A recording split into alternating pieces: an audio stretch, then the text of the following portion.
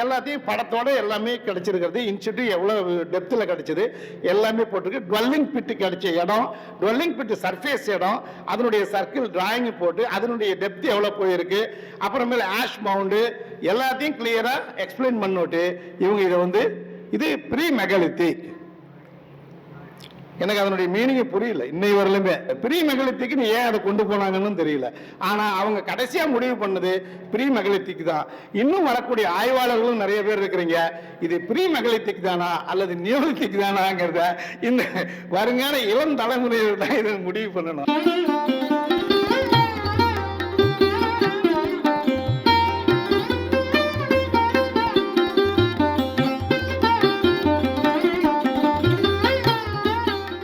செல்வராஜ் ஐயா அவர்களுக்கு முனைவர் வசந்தி அம்மையார் அவர்கள் மற்றும் மணிவாசகம் ஐயா அவர்கள் சிறப்பு செய்வார்கள்.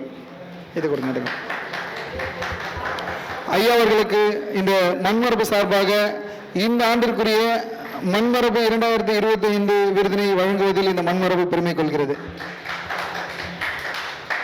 அனைவருக்கும் முதற்கண் வணக்கத்தை தெரிவித்துக் கொள்ள கடமைப்பட்டிருக்கிறேன்.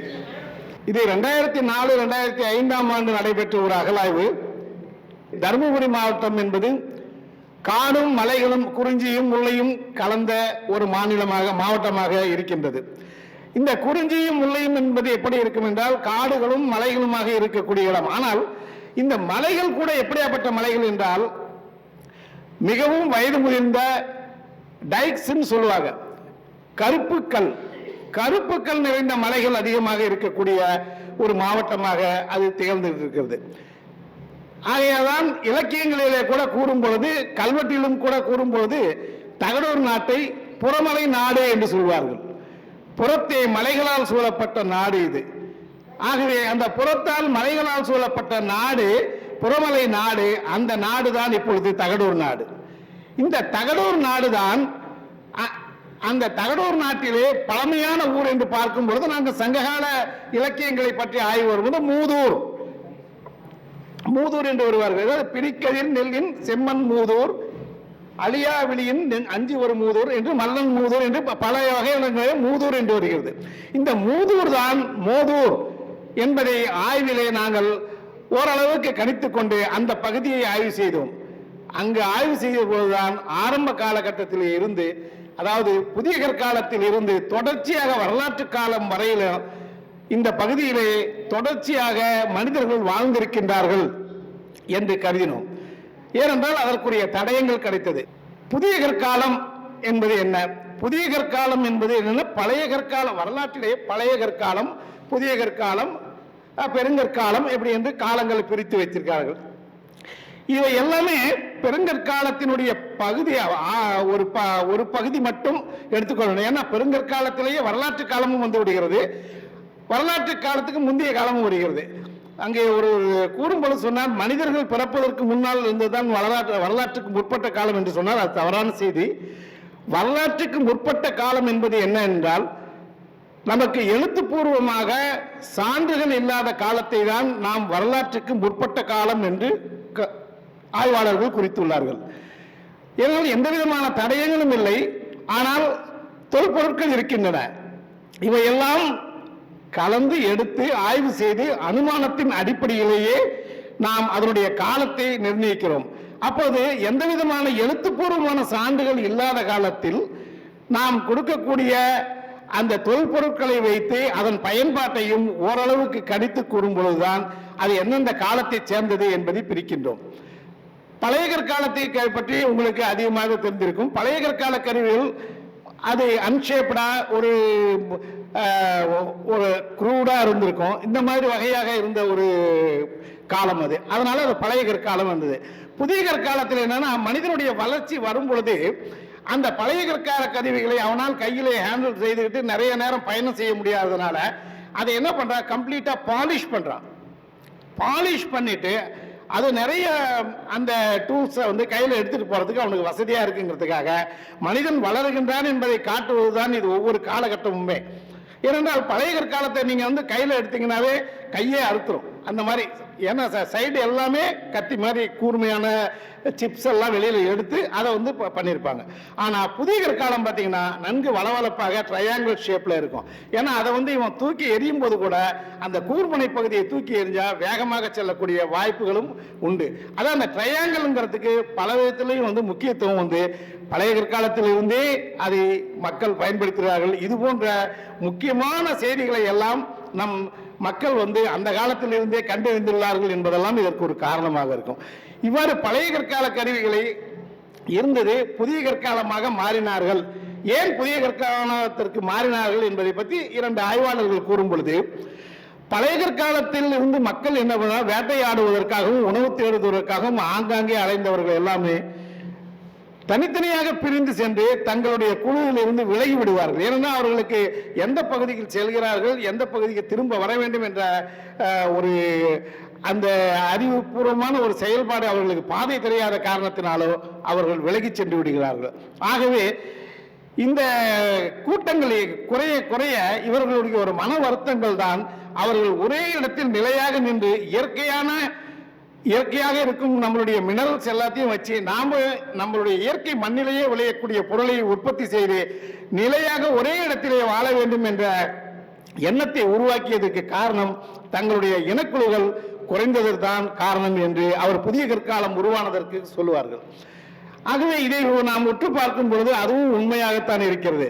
ஏனென்றால் குழு கூட்டங்கள் குறைந்து போக போக அவர்களுடைய குழு கூட்டங்கள் குறைந்து போனால் அவர்களுடைய வலுவும் இழந்து விடுகிறார்கள். ஆகவேதான் நிலையான இடத்திலேயே இருந்து கொண்டு விவசாயத்தையும் ஆரம்பிக்கிறார்கள். இவ்வாறு அவர்கள் விவசாயத்தை ஆரம்பிக்கும் பொழுதுதான் பல்வேறு விதமான கருவிகள் நமக்கு தேவைப்படுகிறது என்பதை அவர்கள் ஆய்விலே கண்டறிந்து அவர்கள் நிறைய பொருட்களை பயன்படுத்தியிருக்கிறார்கள். அவை எல்லாமே நமக்கு வந்து இந்த மோதூர் அகழ்வாயிலேயே மண் அடுக்குகளிலேயே கண்டறியப்பட்டிருக்கிறது. ஆனால் இதே வந்து வட இந்தியாவில் இப்போ டோட்டலாக பார்த்தீங்கன்னா தமிழ்நாட்டில் வந்து ஒரு 9 இடத்துல தான் வந்து புதிய கற்கால ஆய்வு அகழாய்வு செய்யப்பட்டிருக்குது. அதாவது எப்படின்னா தீக்கல்லுப்பட்டி, அப்புக்கல், அப்புறம் பையம்பள்ளி, மயிலாடும்பாறை, மோதூர், இப்படி பல ஊர்களை நம்ம சொல்லிட்டே வரலாம். இதில் தையல் மலை இந்த மாதிரி ஒரு சில இடங்கள்லாம் என்னென்னா ஸ்கிராப்பிங் ஒர்க்கு தான். பி நரசிம்மையா அப்படிங்கிறவர் என்ன பண்ணியிருக்காரு, கிடைச்ச மேற்பரப்பு ஆய்வில் கிடைக்கக்கூடிய சில தொல்பொருட்களை வைத்துக்கொண்டு அந்த இடத்த அப்படியே ஒரு ட்ரையல் ட்ரென்ச் மாதிரி, ட்ரையல் ட்ரென்ச் கூட ஆக்சுவலாக போடல, அவர் ஸ்கிராப்பிங் ஒர்க்குமாங்க. ஒரு குறிப்பிட்ட இடத்துல அவர் தோண்டி பார்ப்பார். ஏதாவது ஒரு தொல்பொருள் கிடைக்குதுன்னா அந்த இடத்த மாத்திரம் ஸ்கிராப் பண்ணி அந்த மண்ணையும் அங்கே கிடைக்கக்கூடிய மட்கலன்களையோ இல்லை வேற ஏதாவது தொல்பொருட்களையோ எடுத்து பார்த்துட்டு இது வந்து புதிய கற்காலத்தினுடைய இதுன்றார். ஆனால் 1887 ஆண்டிலே ராபர்ட் ஃப்ரூஸ்புட் அவர் என்பவர் சேலம் மாவட்டத்தில் இருந்த பொழுது அவர் பர்கூர், அதாவது கிருஷ்ணகிரி, இப்போ தற்பொழுது கிருஷ்ணகிரி மாவட்டம், கிருஷ்ணகிரி மாவட்டத்திலே கப்பல்வாடிங்கிற இடத்துல வந்து புதிய கற்கால கருவியை கண்டுபிடித்திருக்கிறார். அவர் அப்பொழுதே சொல்லியிருக்கிறார், இந்த பகுதி புதிய கற்கால மக்கள் அதிகமாக வாழ்ந்த பகுதியாக இருந்திருக்க வாய்ப்புள்ளது அப்படி என்று அவர்கள் கொடுத்த குறிப்பை வைத்துக் கொண்டுதான் நாங்கள் அந்த பகுதியிலேயே பல இடங்களில் நாங்கள் மேற்பரப்பு ஆய்வு செய்தோம். அந்த மாதிரி மேற்பரப்பு ஆய்வு செய்யும் பொழுது பிக்கனல்லின்னு பாலக்கோடு பக்கத்தில் ஒரு ஊர் இருக்கிறது, மோதூர் இருக்கிறது, இப்படி பல இடங்களை நாங்கள் குறித்திருக்கிறோம். அந்த இடங்கள்லாம் எப்படி இருக்குன்னா 2 மலைகளுக்கு இடையே, 2 குன்றுகளுக்கு இடைப்பட்ட பகுதி இருக்கும். ஏன்னா அவங்களுக்கு ஒரு சேஃப்டி வேணும். முதல்ல வந்து அவங்களுக்கு ப்ரொடெக்ஷன் ஆஃப் வைல்ட் அனிமல்ஸ் அதை பார்த்துக்குவாங்க. அவங்களுக்கு டுவெல்லிங் பிளேஸ் கரெக்டாக வரணும். இது எல்லாத்தையும் அவங்க மனசில் வச்சுக்கிட்டு தான் அந்த மாதிரி இடத்த செலக்ட் பண்ணுறாங்க. அந்த இடத்த செலக்ட் பண்ணுறப்ப பார்க்குறப்ப நமக்கே அதை அந்த இயற்கை சூழலை பார்க்கும் பொழுது ஏன் நம்ம இங்கேருந்து வாழக்கூடாதா அப்படிங்கிற மாதிரி இருக்கும். அவ்வளோ அருமையான இயற்கையான சூழல். அதே மாதிரி ராக்கினுடைய ஃபார்மேஷன்லேயே பார்த்தீங்கன்னா ஒரு கேவ் ஒன்று இருக்கும், நேச்சுரல் கேவ் இருக்கும். அவங்க ஒரு மழை காலத்துலையோ இல்லை நேச்சுரல் கிளாமிட்டி வர நேரத்துலையோ உள்ள வந்து அந்த பாறையில் அடியில் தங்கிக்கிற மாதிரி இருக்கும். இப்போ இந்த இடத்த நாங்கள் செலக்ட் பண்ணி அகழாய்வு செஞ்சோம். இப்போ இந்த இடத்த அகழாய்வு செய்யறப்போ முதல்ல நாங்களும் எங்களுக்கும் வந்து இந்த செல்ட்டு மட்டும்தான் நாங்கள் அதிகமாக கவனம் செலுத்தினோம். செல்ட்டு தான் நமக்கு வந்து புதிய கற்கால கருவி, அது நிறைய கிடைச்சதுன்னா இங்க நிறைய மக்கள் வாழ்ந்திருக்கிறாங்க, இங்க வந்து புதிய கற்கால மக்கள் வாழ்ந்திருக்காங்க அப்படிங்கிறத நம்ம உறுதி கொள்ளலாம் அப்படின்னு நாங்கள் நினைச்சிட்டு இருந்தோம். ஆனா அந்த இடத்த நாங்கள் தோண்டி அதாவது குறைஞ்சது 15 அகழ்வு குழிகளை நாங்கள் போட்டோம். 15 அகழ்வு குழியிலையும் பார்த்தீங்கன்னா சுமார் ஒரு 5 அகழ்வு குழியிலையும் இன்சிட்டியூ உங்களுக்கு வந்து அந்த மண் அடுக்கிலேயே அந்த நியோலித்திக் செல்ட், அந்த நியோலித்திக் செல்ட்டோட என்ன பண்ணா அசோசியேட் ஃபைண்டிங்ஸ். நீங்க எப்பயுமே ஒரு தொல்பொருள் கிடைக்குதுன்னா ஒரு பொருளை மாத்திரமே வச்சுக்கிட்டு காலத்தை கிடைக்கூடாது. அதே போல இப்போ வந்து இந்த இடத்துல ஒரு நியோலித்திக் ஸ்டூல் கிடைக்குதுன்னு வச்சுக்கோங்க, அது உடனே இந்த இடத்துல நியோலித்திக் பீப்புள் வந்து வாழ்ந்திருக்காங்கன்னு சொல்வது தவறான கருத்து. ஏன்னா அதை நிறைய ஆய்வாளர்கள் கணிச்சே சொல்லியிருக்காங்க. நியோலித்திக் வந்து இஸ் அ மூவபிள் பார்ட்டி, அது வந்து மூவபிள் ஆப்ஜெக்ட். அதை நீங்க இங்க இருந்து தூக்கி எறிஞ்சா ஒரு 40-50 கிலோமீட்டர் கூட தூக்கிட்டு கூட போகலாம், இல்ல அங்க வந்தவன் வந்து விட்டுட்டு கூட போகலாம், அந்த மாதிரி வாய்ப்பு இருக்கும். ஆனா அதோட சேர்ந்து அசோசியேட் ஃபைண்டிங்ஸ் இருந்ததுனா தான் அந்த இடத்துல தான் நம்ம வந்து நியோலித்திக் ஹேபிடேஷன் இருந்திருக்கு அப்படிங்கிறத நம்ம முடிவுக்கு கொண்டு வரணும். அந்த மாதிரி பார்க்கும் பொழுது நியோலித்திக் ஹேபிடேஷன்ஸ் இருந்தது அப்படிங்கிறதுக்கு பல சான்றுகள் வந்து அந்த அகழாயிலே நமக்கு கிடைச்சது. அதுல பாத்தீங்கன்னா நமக்கு எல்லாருக்குமே தெரியும், அதாவது நோமடிக் பீப்புளா இருந்தவங்க, அதாவது சுற்றி திரிந்த மக்கள் நிலையா ஒரு இடத்துல வாழும் பொழுது அவங்க டொமஸ்டிக் அனிமல்ஸ், ஏன்னா வைல்ட் அனிமல்ஸை விட்டுட்டு டொமஸ்டிக் அனிமலுக்காக வர்றாங்க. அப்ப டொமஸ்டிக் அனிமலுக்கு வர்றப்ப என்ன பண்ணும், அவங்களுக்கு இந்த அனிமல்ஸ் எல்லாம் டைமிங் பண்ற மாதிரி அவங்களுடைய கலாச்சாரம் இருந்து பழகணும். அப்படி பழகினாதான் அந்த மாடுகளையும் கோழி இதையெல்லாம் வளர்த்து அவர்கள் அதை தனக்கு உணவுக்காக பயன்படுத்தி இருக்கிறார்கள். அவ்வாறு பண்ணும்பொழுது என்ன பண்ணா ஆடுகள் வந்து அதிகமான பட்டிகளை நிறைய வச்சிருக்காங்க. நீங்க தருமபுரி மாவட்டத்தில் பார்த்தீங்கன்னா பட்டிங்கிற ஊர் நிறைய இடத்துல வரும். அப்ப அந்த பட்டியெல்லாம் எப்படி இருக்குன்னா ஆடுகள் எல்லாத்தையுமே வந்து மேய்ச்சிட்டு ஒரு இடத்துல கொண்டாந்து கட்டி வச்சுட்டு அந்த ஆடை கட்டி போடுறதுக்காக அந்த தட்டிகளை வச்சு கட்டி போடுறப்போ ஒரு குரூடு ஸ்டோன் அப்படின்பாங்க, குரூடு ஹேமர்னு சொல்லலாம், குரூடு ஸ்டோன் அப்படிம்பாங்க. ஒரு உருண்டையான கல், அதில் வந்து உங்களுக்கு வந்து ஒரு பள்ளம் இருக்கும். அதை நீங்க அதுல கயிறோ இல்லை வேற இலைத்தலையோ வச்சு நல்ல கயிறு மாதிரி உருவாக்கி அதை கட்டிட்டீங்கன்னு வச்சுங்க. அதை கட்டி அதுல வந்து அந்த பட்டியில ஆடுகளை அடைச்சிட்டு அந்த கல்லை அதுல 2 பக்கமும் கட்டிட்டாங்கன்னா அது மூவ் ஆகாத இருக்கும். சில சின்ன குரூடு ஸ்டோன் வந்து இருக்கு பாருங்க, அதை வந்து இண்டிவிஜுவலா இருக்கிற ஆட்டுக்காலில் இல்லை வீட்டில் வளர்க்குறவங்க அதை கட்டி வச்சிருவாங்க. ஸோ அப்போ அந்த மாதிரி குரூட் ஸ்டோனு எங்களுக்கு ஒரு 20-25க்கு மேலே சைட்ல உள்ளேயே இன்ஸ்டிடியூ உங்களுக்கு அசோசியேட்டடா நியோலித்திக் செல்ட்டோடய கிடைச்சிருக்கு. ஸோ இப்போ இது நமக்கு ஒரு அசோசியேட் ஃபைண்டிங் ஆயிடுது. அடுத்தது பார்த்தீங்கன்னா நியோலித்திக் பீப்புள்ஸ் எப்படி வாழ்ந்தாங்க, எப்படி தங்கினாங்கிறப்போ அவங்க வந்து மண்ணுக்குள்ளேயே பூமியை தோண்டி அந்த டுவெல்லிங் பிட்ஸ் அப்படிம்பாங்க. டுவெல்லிங் பிட்ஸ்ங்கிறது என்னன்னா பதுங்கு குழி. நீங்க வந்து அந்த குழிக்குள்ள படுத்துக்குவாங்க, ஏதாவது வைல்ட் அனிமல்ஸ் வர்றப்பயோ இல்ல நேச்சுரல் ப்ராப்ளம் வர்றப்பயோ அந்த உள்ள படுத்துக்கிட்டு மேல வந்து அந்த இதை போட்டு வச்சிருவாங்க. அப்போ அந்த பதுங்கு குழியை எப்படி பண்ணுவாங்கன்னா அதை பாலிஷ் பண்றதுக்காக ஒரு ஸ்டோன் இருக்கு, பாலிஷிங் ஸ்டோன் அப்படிம்பாங்க. அது எப்படி இருக்குன்னா பட்டையா இருக்கும். இப்ப நம்ம செங்கல் இருக்குல்ல, அந்த செங்கல் மாதிரி இருக்கும், சிலது ஓவல் ஷேப்பு. தரையெல்லாம் என்ன பண்ணுவாங்கன்னா அந்த ஹெர்பல்ஸை வச்சுட்டு அதுக்கு நல்ல பாலை கீழே ஊற்றிட்டு அந்த ஒரு குரூடு அந்த ஓவல் ஷேப்பு ஸ்டோன் இருக்குல்ல அதை வச்சு தட்டுவாங்க, தட்டி அதை தான் பாலிஷ் பண்ணுவாங்க. இன்னைக்கும் வந்து நீங்க கிராமங்கள்ல போனீங்கன்னா நிறைய கிராமத்துல அந்த வைக்கோல் போற நல்லா எரிச்சு அதை வந்து சாம்பலாக்கி அதை குழச்சி இந்த பாலிஷிங் ஸ்டோனை வச்சு தான் தரையை வந்து அழுத்தி தேய்ப்பாங்க. அப்படி தேய்ச்சிங்கன்னா நீங்க இப்போ வந்து இந்த மேஸ்திரிங்கெல்லாம் வச்சு பாலிஷ் பண்றாங்க பாருங்க, அதை விட அருமையான பாலிஷா அவங்க கிட்ட இருக்கு. ஆனா அந்த மாதிரி பாலிஷிங் ஸ்டோன் வந்து எங்களுக்கு ஏராளமா கிடைச்சது. இதெல்லாம் பார்த்துட்டு அப்புறம் இந்த நியோலித்திக் செல்ட் இருக்கு பார்த்தீங்களா, இந்த செல்ட் வந்து எப்படி பாலிஷ் பண்றான். இப்போ ஒவ்வொரு இடத்துக்கும் மலை மேல வந்து நாங்க இப்போ முதல்ல கண்டுபிடிச்சிருக்கோம், மலை மேலேயே பார்த்தீங்கன்னா சின்ன சின்ன குன்றுகள்ல நிறைய பள்ளம் இருக்கும், அதுக்கு பக்கத்துல ஒரு ஜொனை இருக்கும், அந்த ஜொனையில தொட்டு தண்ணியை தொட்டு அதை பாலிஷ் பண்றதா நாங்க முதல்ல கண்டுபிடிச்சது பார்த்தோம். ஆனா இது எப்பயுமே அவன் மலை மேலேயே உட்காந்துருக்க முடியாது, வெளியில வந்தோட்டி மனம் வழங்கிடுச்சுன்னா எப்படி பண்ணுவான். அப்போ அவன் வந்து ரெடிமேடாவே சில பாலிஷிங் ஸ்டோன் செஞ்சிருக்கான். அது எப்படி இருக்குன்னா செங்கல் மாதிரி ரெக்டாங்குலரா இருக்கும், அதுல வந்து பாலிஷ் பண்ணியிருக்கான். அப்போ அந்த மாதிரி பாலிஷ் ஸ்டோன் இதுவரையிலும் எந்த தமிழ்நாட்டில் எந்த அகழாயிலையும் நமக்கு நான் இப்ப சொல்லக்கூடிய எந்த விதமான பொருட்களும் நமக்கு கிடைக்கல.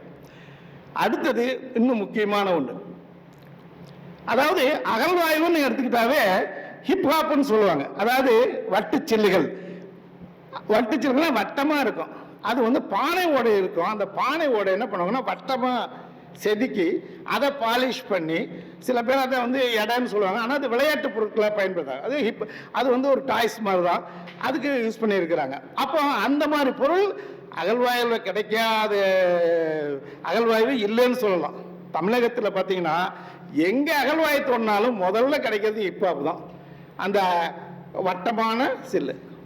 ஆனால் இங்கே அதே மாதிரி வட்டமான சில்லு கிடைச்சது. ஆனால் எதில் கிடைச்சது? ஸ்டோனில் கிடைச்சது. இப்போ நீங்கள் பார்த்தீங்கன்னா புதிய கற்கால மக்கள்னாவே அவர்கள் கற்களை பயன்படுத்தினால்தான் அது புதிய கற்கால மனிதர்கள். அந்த புதிய கற்காலத்தில் பார்த்தீங்கன்னா வட்டமான ஸ்டோன் ஹிப்ஹாப் கிடைச்சிருக்கு. சும்மா ஒரு 50க்கும் மேலே ஸ்டோன் ஹிப்ஹாப் கிடைச்சிருக்கு. அப்போ ஒரு குழுமமே அங்கே இருந்து இந்த பொருட்களை எல்லாம் பயன்படுத்தியிருக்கார்கள் என்பது நமக்கு எளிமையாக தெரியுது. அடுத்து பார்த்தீங்கன்னா கிரைண்டிங் ஸ்டோன், திரிகைக்கல், அதாவது விளைவித்த பொருட்கள் அனைத்தையுமே மாவாக்கி அதை மாவு பொருட்களாக பயன்படுத்தி உண்டிருக்கிறாங்க. அப்படிங்கிறதுக்கு இரண்டு இந்த திரிகை கல்லுமாங்க தெரியுங்களா, அதை அரைச்சி மாவை அரைக்கிறதுக்குன்னு கிரைண்டிங் ஸ்டோன் அப்படின்னு. அந்த கிரைண்டிங் ஸ்டோன்ஸ் நமக்கு கிடைச்சிருக்கு. அம்மி கல் கிடைச்சிருக்கு, உலக்கை கிடைச்சிருக்கு, பெஸ்டில்ஸ் பார்த்தீங்கன்னா ஸ்டோன் பெஸ்டில்ஸ் வந்து சுமார் ஒரு 15க்கு மேலே ஸ்டோன் பெஸ்டில்ஸ் நாங்கள் கண்டுபிடிச்சிருக்கோம். அந்த பெஸ்டில்ஸினுடைய வேலைப்பாடுகள் கூட மிகவும் அழகாக அந்த கைப்பிடியோடு அவங்க அதை போட்டிருக்கிறத பார்க்க முடியுது. ஸோ இப்படி தொடர்ச்சியாக பார்த்தீங்கன்னா நிறைய புதிய கற்கால தொல்பொருட்கள் எல்லாம் இணைந்தது தான் புதிய கற்காலனுடைய மக்களுடைய வாழ்க்கை. ஆனால் இந்த புதிய கற்கால தொல்பொருட்கள் அனைத்துமே மக்களுடைய கவனத்துக்கு செல்லவே இல்லை. இதை வந்து நாங்கள் என்ன பண்ணோம், கண்டுபிடிச்சிட்டு இதை வந்து ஒரு செமினார் ஒன்று நம்ம இதில் நடத்தினோம், மியூசியம் அரங்கத்தில். அப்போ நரசிம்மையா அவர் மேலே சுந்தரா வந்தார், அவங்க அண்ணன் பேருமே. அவங்க 2 பேருமே நியோலித்திக் ஸ்பெஷலிஸ்ட், நியோலித்திக் எக்ஸ்கவேஷனில் பண்ணியிருக்காங்க. நான் ஏற்கனவே குருராஜ ராவனுடைய டி நரசிப்பூர், அப்புறம் தெக்கலக்கோட்டாவில் கிடைச்சது, உட்னூரில் கிடைச்சது எல்லாத்தையும் கம்பேர் பண்ணி தான் இந்த பொருள் எல்லாமே வந்து அது கிடைச்சது அப்படின்றத நான் கன்ஃபார்ம் பண்ணியிருந்தேன். அப்போ இவங்க என்ன பண்ணுறாங்க, இது எல்லாத்தையும் நம்ம அந்த என்னுடைய ஸ்பீச்சை கேட்டுட்டு என்னென்ன கிடைச்சிருக்குன்னு நான் வரிசையாக லிஸ்ட் அவுட் பண்ணுறேன். ஒரு 15க்கு மேலே லிஸ்ட் அவுட் பண்ணியிருக்கேன். எப்படின்னா ஸ்லிங் ஸ்டோன்னு ஒன்று, அதாவது உருண்டை கற்கள், அது கவன் கல்லும்பாங்க. இதை வந்து மியூசிக் தட்டி ஒளி எழுப்பி அந்த பறவைகளை பறக்க வைக்கிறதோ இல்லது அது கவன் கல்லுங்கிறது தூக்கி எரியறதுக்கும் பயன்படுத்திக்காங்க. சிலது வந்து இந்த இதில் கட்டி கூட அடிப்பாங்க. குருவியை பழைய இதிலெல்லாம் பார்த்தீங்கன்னாக்கா குருவிகளை அந்த தானியங்களை வர்றதை வந்து மேய்க்கிறதுக்கு. அடுத்தது பார்த்தீங்கன்னா ஸ்பிராய்டு ரப்பர்ஸ், அதே வந்து பெரிய பெரிய போல்டர்ஸான ஒரு ஸ்டோன் இருக்கும். அது எதுக்குன்னா இந்த அவர்கள் குடியிருந்த வீடுகள் இருக்கு பத்தியா, அந்த வீடுகளுடைய கட்டைகளை வந்து தாங்குவதற்காக மண் அரிக்க கூடாது என்பதற்காக அந்த ஸ்பிராய்டு ரப்பர்ஸ் யூஸ் பண்ணிருக்காங்க. அது ஸ்டோன் தான், அந்த ஸ்டோன் யூஸ் பண்ணியிருக்காங்க. அதே மாதிரி பார்த்தீங்கன்னா அதான் டிஸ்க் சொன்னேன், சர்க்குலர் டிஸ்க்கு, ஓவல் டிஸ்க்கு, இது கிடைச்சிருக்கு.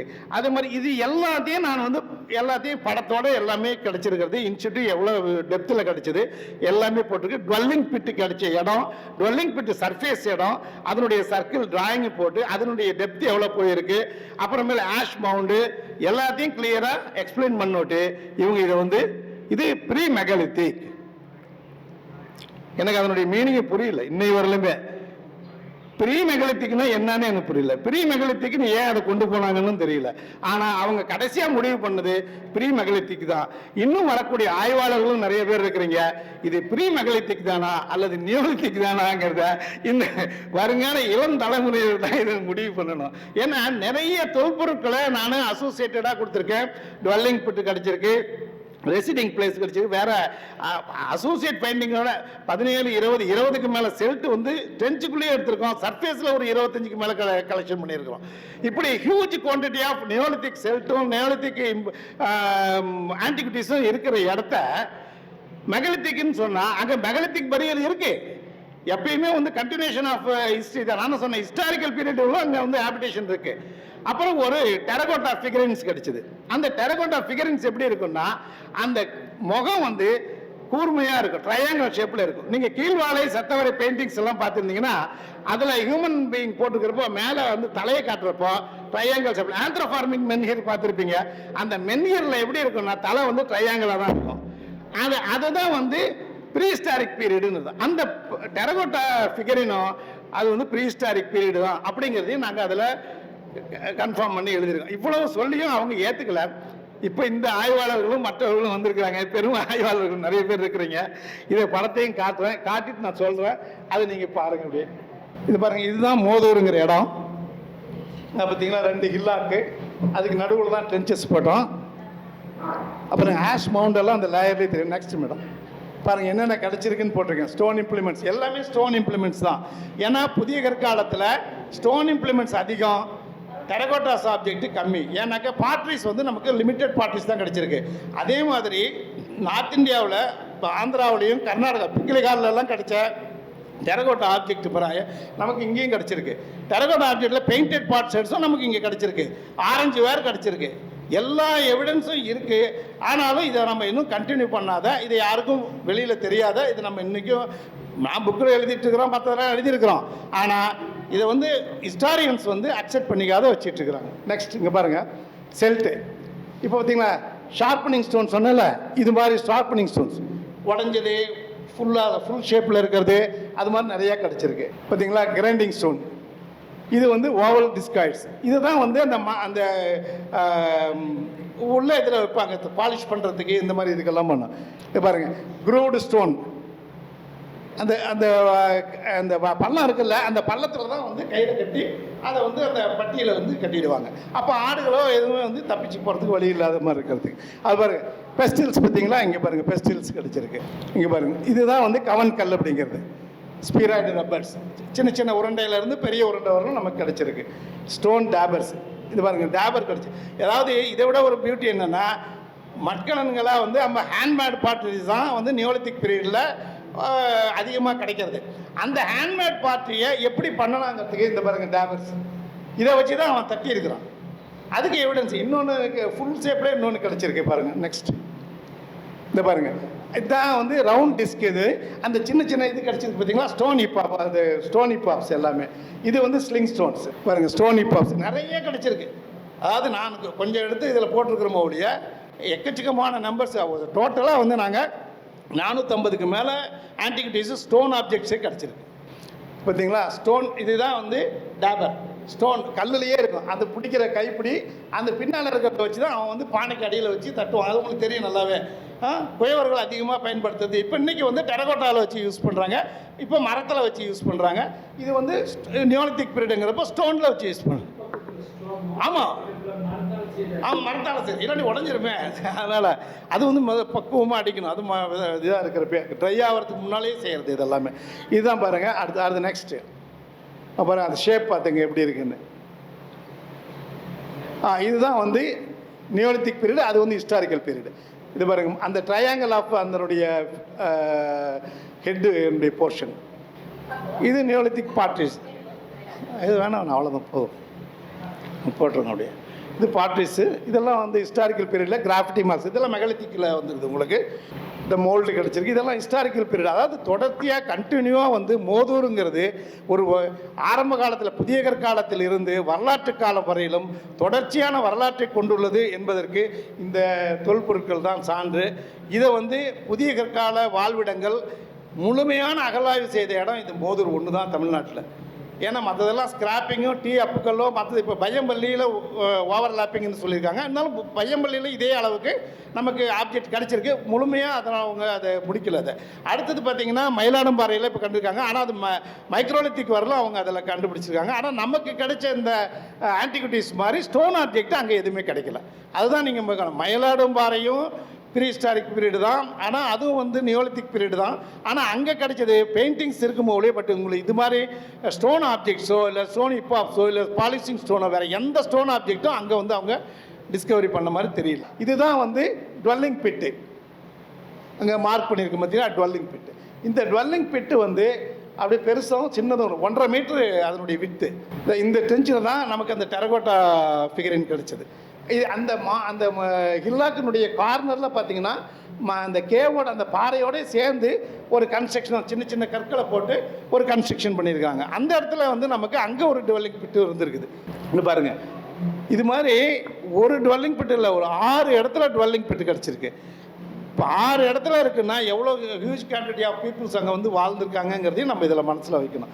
ஸோ இப்படி பல வரலாற்று தடயங்களை அந்த மோதூரில் நம்ம பார்த்து அகல் வந்து எடுத்துருக்குறோம். அவ்வளவும் வந்து இது பாருங்கள், அங்கே ஆஷ் மவுண்ட் பாருங்கள் எப்படி இருந்திருக்கு, அதனுடைய லேயர்ஸ் பாருங்கள். ஆனால் டெப்த்து வந்து ஒரு 2.3 சென்டிமீட்டர் தான் போயிருக்கு, அவ்வளோதான் இருக்குது. இதெல்லாம் ஸ்டோன் ஹிப்பாப்ஸ் தான். ஸோ அந்த குரோனாலஜிக்கலாக பார்க்குறப்போ நீங்கள் பார்த்தீங்கன்னா உங்களுக்கு அழகாக நியோலித்திக், அடுத்தது மெகலித்திக். ஆனால் நமக்கு அங்கே ஹிஸ்டாரிக்கலாவோ இந்த கிராஃபிட்டியோ எதுவுமே கிடைக்கல. பார்ட் ஷெட் ஒன்று இருக்கும், பெயிண்டட் பார்ட் ஷெட் ஒன்று இருக்கும் பாருங்கள். அது பாருங்கள், ஸ்டோன் ஹிப்பாப்ஸ் தான் இதெல்லாம். குரூடு ஸ்டோன் எப்படி இருக்குன்னு க்ளோஸ்அப்பில். இது பெஸ்டில்ஸு, நெக்ஸ்ட்டு ஸ்லிங் ஸ்டோன்ஸு, இது ஷார்ப்பனிங் டூல்ஸு. இது பாருங்கள், இது மாதிரி பாட்டு நமக்கு பெயிண்டட் பார்ட்டிஸில் ரெட் ஆகர் போட்டதும் இருக்குது, பிளாக் பெயிண்டட் பார்ட்டிஸ் தான் கிடச்சிருக்கு. So many articles are found out in the Mothur excavation. ஆனால் நம்ம வந்து அந்த மோதூரை இன்றைக்கும் வந்து புதிய கற்கால வாழ்விடம் அப்படிங்கிற மாதிரியோ, அந்த மாவட்டத்தில் இன்னும் பல இடங்கள் புதிய கற்கால வாழ்விடம் இருக்குது. அதை இன்னும் ஆய்வு செய்தால், வருங்கால மாணவர்கள் ஆய்வு செய்தாங்கன்னாக்க புதிய கற்காலத்தினுடைய மக்களும் இங்கே செழிப்பாது. ஏன்னா பெருங்கற்கால பண்பாடு நிறையா இருக்குது. அப்போ எப்படி புதிய கற்காலம் இல்லாத பெருங்கற்கால பண்பாடு அவ்வளோ வந்திருக்கும்? ஏன்னா பெருங்கற்கால பண்பாட்டில் நீங்கள் பெரும்பாலும் அகழ்வாய்வு செய்யும்போது கடைசியில் கிடைக்கிறது நமக்கு நிலத்தில் செலுத்து கிடச்சிருக்கு. ஏன்னா மாங்குடிங்கிற இடத்துல நான் எக்ஸ்கவேட் பண்ணுறப்போ நாங்கள் அந்த இடத்துல பார்த்தீங்கன்னா கடைசியில் இவ்வளோதான் முடிஞ்சிடுச்சுங்கிறப்போ நேச்சுரல் சாயில் வந்துடுச்சோன்னு பார்க்குறப்போ அந்த நேச்சுரல் சாயிலில் ஒரு செல்ட்டு கிடச்சிது. ஸோ அப்போ டில் அப்படி கண்டினியூ ஆகும்னு பார்த்தா அதுக்கு பின்னால் நாங்கள் தோன்றப்போ மைக்ரோலித்திக் டூல்ஸும் கிடச்சிது. ஸோ அப்போ உங்களுக்கு அதனுடைய குரோனாலஜிக்கலாக நமக்கு கண்டினியூவாக எல்லா இடத்துலையுமே நமக்கு கிடைக்கிற பார்த்திங்கன்னா மெகலித்திக் அடுத்து நியோலித்திக் கிடைக்குது. நம்ம நியோலித்திக்கு வந்து அதிகமாக பார்க்காததுனால மெகலித்தியோடு நின்றுட்டுருக்குறோம். இன்னும் மெகலித்திக்கு அடுத்து நியோலித்திக்கினுடைய இது வந்து எந்த இடத்துலனா எங்களுடைய இது வந்து இந்த தருமபுரி மாவட்டத்தில் நேச்சுரல் டோப்போகிராஃபிகளுடைய ஒரு வெயிட்டேஜ் தான். அதனுடைய சுற்றுப்புற சூழல்கள் நன்றாக அமைந்திருக்கிறதுனால அங்கே மேலும் பல புதிய கற்கால வாழ்விடங்கள் இருக்குது. அதை வருங்கால மாணவர்கள்லாம் ஆய்வு செய்ய வேண்டும் என்று கேட்டுக்கொண்டு என்னுடைய உரையை நிகழ்த்திக் கொள்கிறேன், நிறைவடைத்துக் கொள்கிறேன். நன்றி, வணக்கம். அதாவது அகழாய்வை பற்றி நாம் படிக்கின்ற போது நமக்கு ஒரு வகையான புரிதல் ஏற்படும். அகழாய்வை படித்தவர்கள் அதை பற்றி நமக்கு விளக்குகின்ற போது ஒரு வகையான புரிதல் ஏற்படும். ஆனால் அகழாய்வு தளத்தில் இருந்து அந்த அகழாய்வை மேற்கொண்டவர்களுடைய அணுகுமுறை எவ்வாறு இருக்கும், அந்த பொருட்களை கைகளால் எடுத்து அதை பதிவு செய்து அந்த அகழாய்வோடு ஒன்றி பிணைந்து அதனோடு இருந்தவர்கள் அந்த அகழாய்வை பற்றி நமக்கு விளக்கும் போது எவ்வாறு இருக்கும் என்பதை மிக சிறப்பான முறையில் நமக்கு மோதூர் அகழாய்வு குறித்து இன்று வரை வெளியிடப்படாத பல புதிய தகவல்களை நமக்கு முதல் முறையாக மண்மரபுக்கு இந்த கருத்தரங்கில் வெளியிட்டமைக்கு மண்மரபு சார்பாக ஐயா அவர்களுக்கு ஒரு நன்றியும் வணக்கத்தையும் தெரிவித்துக் கொள்கிறோம். மிக சிறப்பான ஒரு உரையாக இருந்தது. பெருங்கற்காலம், பழைய கற்காலம் தொடங்கி புதிய கற்காலம் மாணவர்களுக்கு மிக எளிமையாக புரியும்படியாக ஒரு காலகட்டத்தை குறிப்பு எவ்வாறு அறிந்து கொள்ள பிரித்தறிய வேண்டும் என்பதை குறித்தும் அகழாய்வு நெறிமுறைகளை குறித்தும் மிக அற்புதமான விளக்கம், மிகப்பெரிய ஒரு இந்த குறுகிய காலத்தில் மிகப்பெரிய ஒரு பேருரை நிகழ்த்திய ஐயா செல்வராஜ் ஐயா அவர்களுக்கு மீண்டும் ஒரு முறை இந்த மண்மரபு சார்பாக நன்றி நன்றி நன்றி.